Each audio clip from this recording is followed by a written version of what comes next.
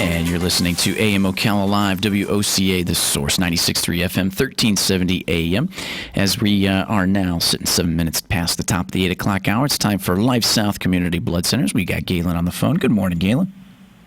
Hey, what's going on, Adam? How are you today, man? I'm doing pretty good, buddy. It looked like there was going to be some patchy fog or something like that this morning, but it's a gorgeous morning. This is looking pretty good. Now, it's supposed to get pretty warm. And we're going to have rain for in the forecast for the rest of the week, which is needed. So that's pretty good. Why not?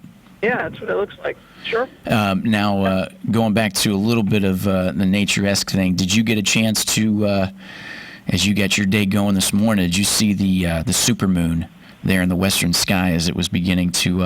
I saw the moon. Yeah. Yeah, it's as closest it's been in a long time to the Earth. So it made it big and broad last night as it come up, but we had a bunch of cloud cover. So we were standing out in the patio there for a while. It was supposed to come up around 7:37 or something. And I was there with my boy and was hoping we could see it, but it was behind a mesh of clouds, and it wasn't until it was higher in the sky that we got to look at it. But when it first comes up, it's huge. It almost looks like like the Death Star coming over the horizon, so to speak.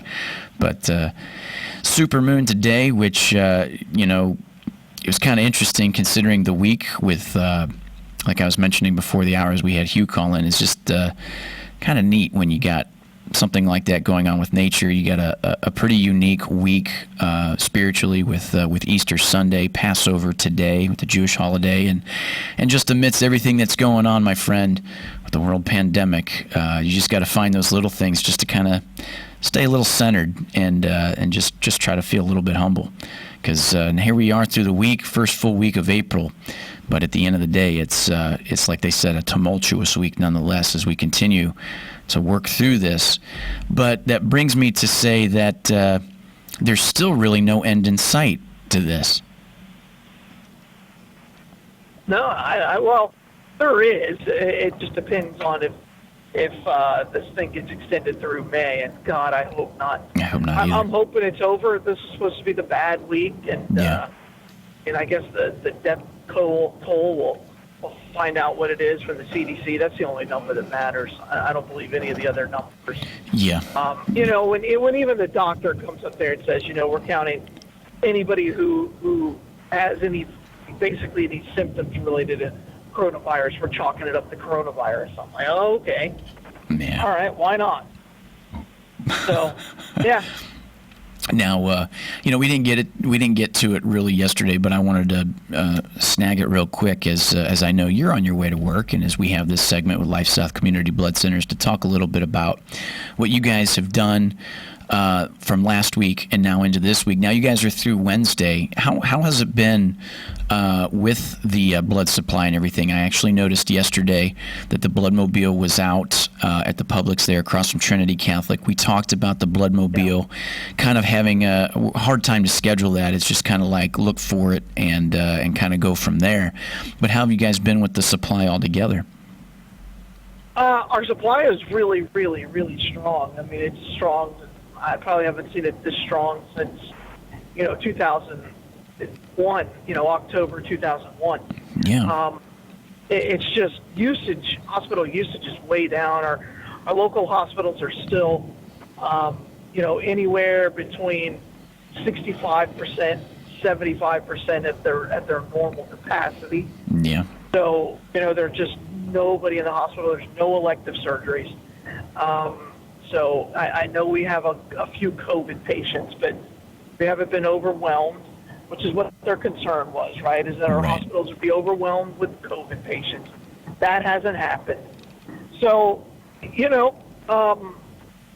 I've said this all along. I think this is just a massive overreach and an overreaction, and hopefully it doesn't last that much longer.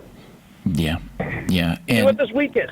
Yeah. We have to be, my internal prediction is the death toll will need to exceed 25,000 by Friday in order for us to keep extending this, right? Because, what are we talking about here? Yeah. So I know 25,000 seems like a whole lot, I guess, but not when you start thinking about the deaths that will occur otherwise.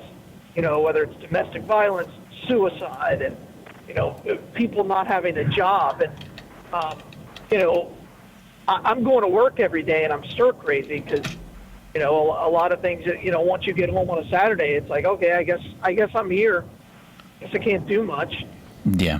And then I went to the grocery store yesterday to pick up a prescription, and it was packed. Yeah. I mean, it was absolutely packed. Yeah. And I'm like, okay, I guess this. How is this any different than having more than 50 people at a restaurant? Yeah. Right? Absolutely. I don't understand it. And I will tell you, if you're going to wear a mask, wear it properly, or it's pointless. You pull the mask below your nose, it's completely ineffective. I'm going to say that. How many of those did you see there yesterday? Jeez, man. I tell you the story about the person I saw at Zaxby's No. on Monday No, night? no. What was I it? went to Zaxby's, picked up food for the family at Zaxby's, and I see this lady as I'm pulling around. She's coming out, and we're both basically at a stop sign. And I look at her, and she pulls her mask down, sticks in a piece of chicken, and then puts it back up. And she's inside her car, which is a whole other level. And then just chews while she's got it, and then keeps doing that. I'm like, that's not how a mask works. If you're going to have a mask, you don't touch it, and then you have to replace it often. Right. Like every time you touch it, basically, or that's the purpose. And you never touch your face. And if you're wearing gloves, you have to change them constantly. Every time you touch a new surface, change your gloves. I saw a person in Publix and they had one glove. I'm like, what good do you think that's doing? Because she was using that, and this kills me. Because again, people don't understand how to use PPE. I mean, I've been trained in it. So she, in her phone without a glove, or in her hand without a glove, she has her phone. And with her gloved hand that she's touching everything, she's touching her phone. Yeah. Yeah. And I'm like, that's not the point. No, and That's not the point. And as well as I do, that's one of the things they've been saying, and it's obvious that your phone is one of the most disgusting things if you really think about the amount of what would be on it because of where you lay it down, how often you touch it, and where it goes. And you're, like you said, one glove and then having that in the hand and you're touching the phone and then touching everything else. I looked at her and I was like, okay, okay, all right. I mean, I guess if that gives you peace of mind, congratulations, I guess. It's not the purpose of a glove. And then when you take the glove off, you have to thoroughly wash your hands. Yeah.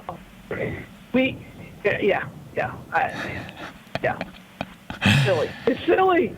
There's no other word for it other than silly.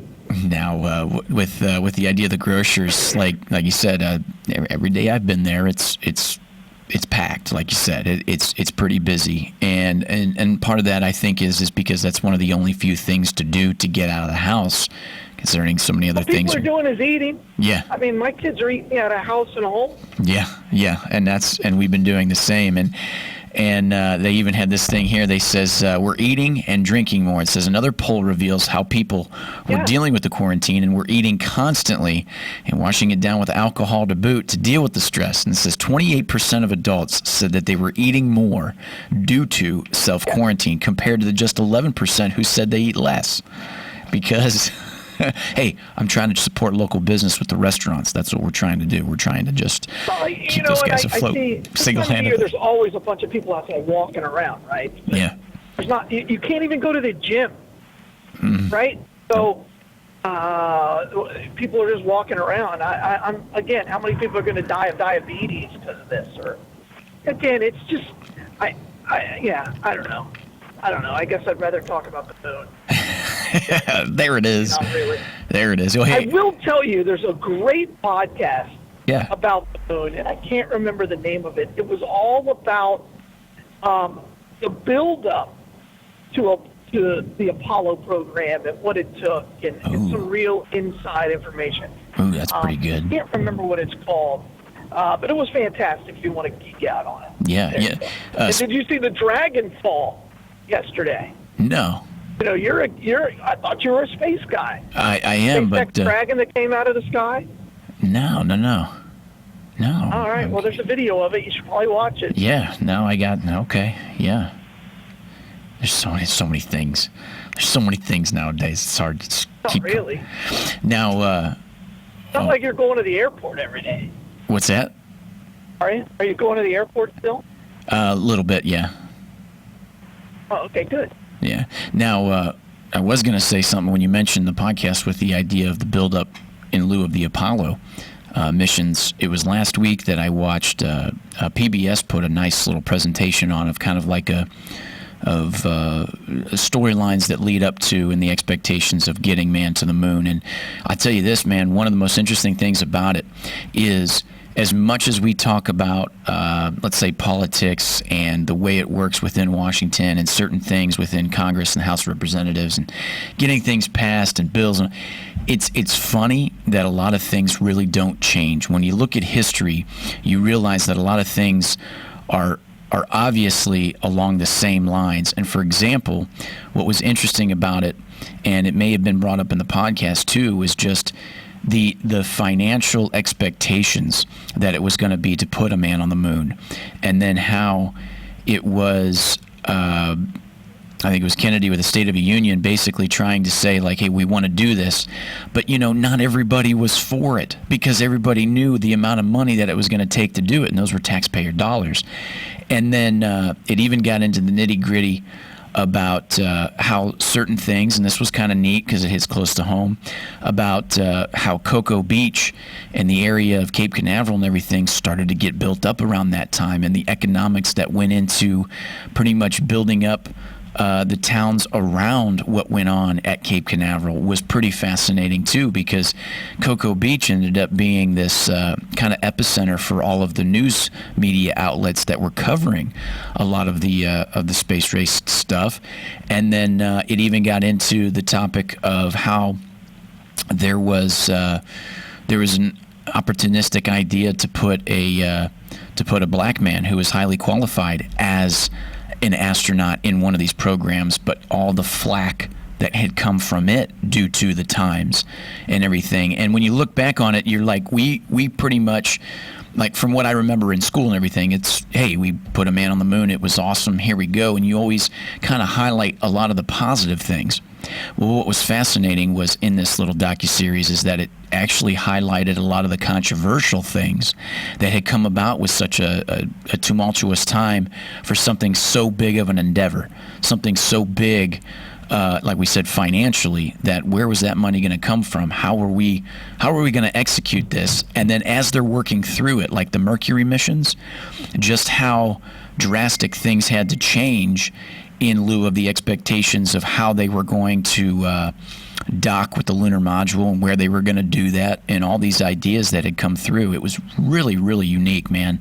And it covered a lot of different areas that a lot of people just don't think about, because we think about, like I said, just the science and putting a man on the moon, not all the social aspects of it, if you catch my drift. Sure. Yeah. Yeah. But but anyway, as we're making our way through here, one thing I wanted to mention, something to look forward to. I might try and catch this, is that the 6-time Super Bowl champion Tom Brady is scheduled to make his first ever appearance on the Howard Stern Show.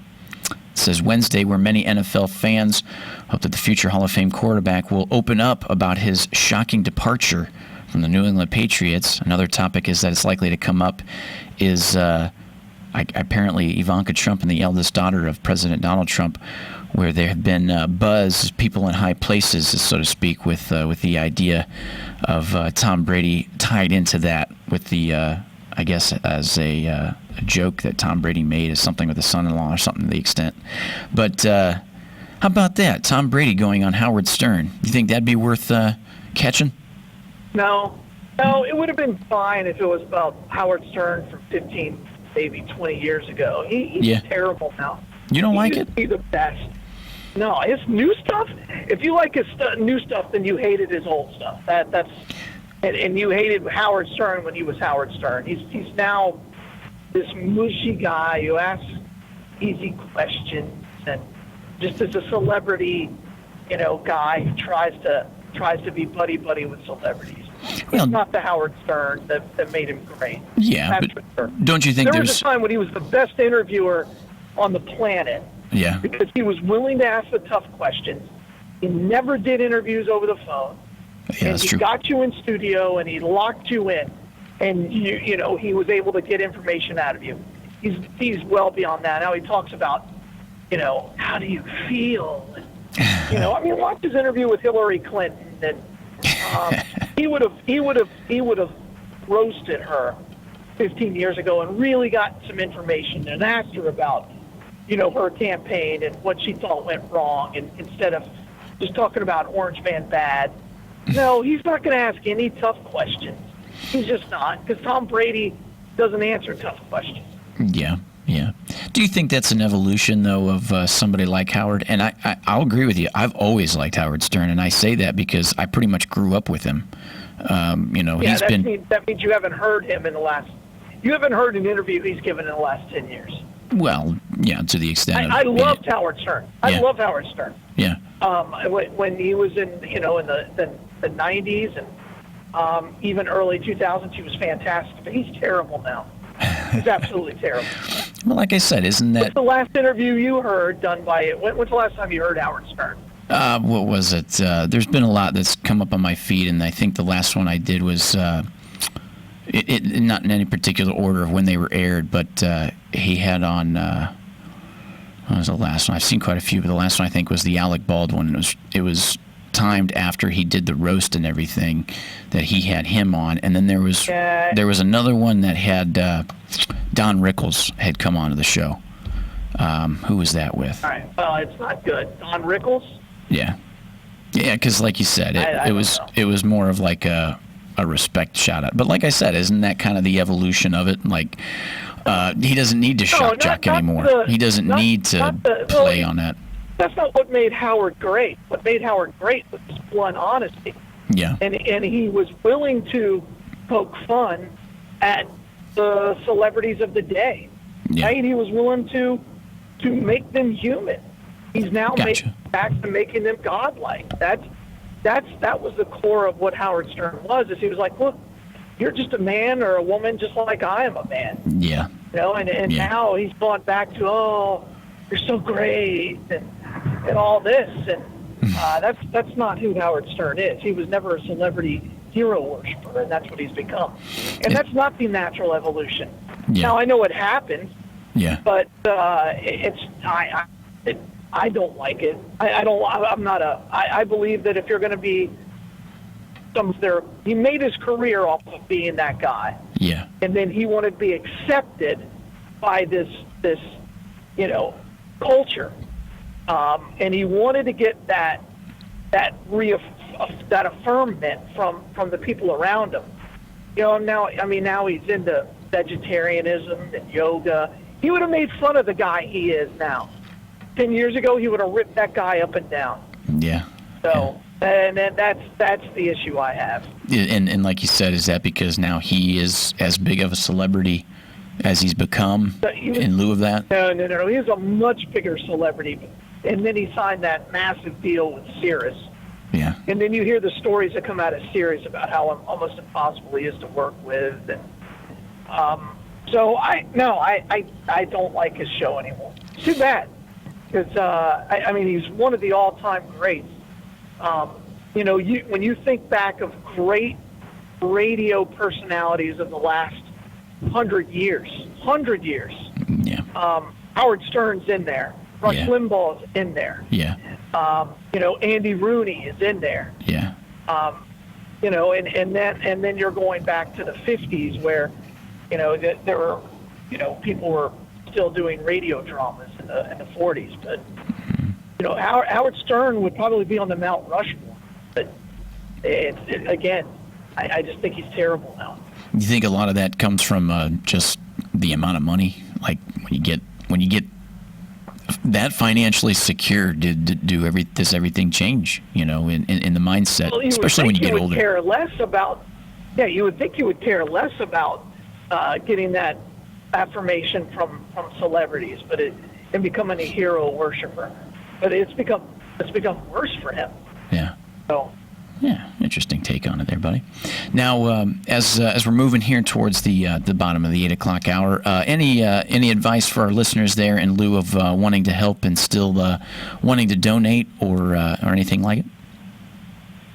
Yeah, I think the key is just to call 622-3544. We do need platelets, and if you've had a positive test for COVID-19 and you are now asymptomatic, we'd love to hear from you. Because one of the cures that they're doing is what they call convalescent plasma. So you can come in and donate plasma, and then we give that to patients who are fighting the fighting the virus, and it can be a real lifesaver. So please call us about that. Also, according to some reports out of New York, vitamin C is really helping with the drug too. Or the virus. Sorry, it's an effective drug against the virus. Yeah. So take your vitamin C, eat your oranges, and wash your hands. If you're going to wear a mask, watch a YouTube on how to wear a mask. On how to wear it, properly. If you're going to wear gloves, watch a video on how to properly use gloves. And then I'm all for it. Like, if you're going to do it effectively, I think it could be incredibly good. But if you're going to wear a mask, just learn how to wear it. That's all. Yeah, absolutely. Well, thank you very much, partner, and be safe getting up there, and we'll shout at you tomorrow. All right, sounds good. Thanks, Adam. You got it, buddy. Later. And that segment always comes with our proud sponsors of Palm Garden Health and Rehabilitation Center. We'd like to thank Palm Garden Health and Rehabilitation Center, located at 2700 Southwest 34th Street. They offer skilled nursing, physical, occupational, and speech therapy. If you have any questions on how they've been handling COVID-19 or any other questions that you might have, please give them a call. They encourage it. 352-854-6262. That's 352-854-6262. And, of course, Penn Flooring, family-owned and operated, as they've been serving Marion County for over 30 years. Every bit of their success to their unrivaled customer service, full-service flooring company dedicated to finding the best solution for your flooring needs. Commercial and residential, 1201 Southwest 17th Street in Ocala, 351-3420, 351-3420. Coming up to our break here. Now we're to the bottom of the 8 o'clock hour. Stay tuned. When we come back, we'll be doing news bits. You're listening to WOCA Ocala.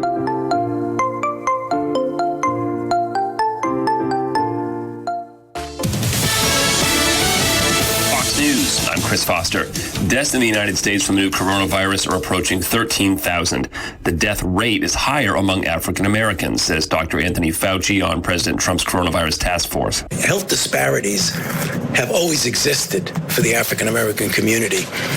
But here again, with the crisis, how it's shining a bright light on how unacceptable that is. The acting Navy Secretary Thomas Modly resigns after calling a former aircraft carrier captain naive and stupid. That captain was relieved of duty over a leaked memo asking for help with coronavirus cases on board. Good riddance is how one sailor on board the USS Roosevelt reacted to Modly's resignation. In a final memo to the Navy, Modly tried to explain his controversial remarks to the crew of the Roosevelt, claiming it was a lack of situational awareness and that his emotions got the better of him. Fox's Garrett Tenney. America's listening to Fox News.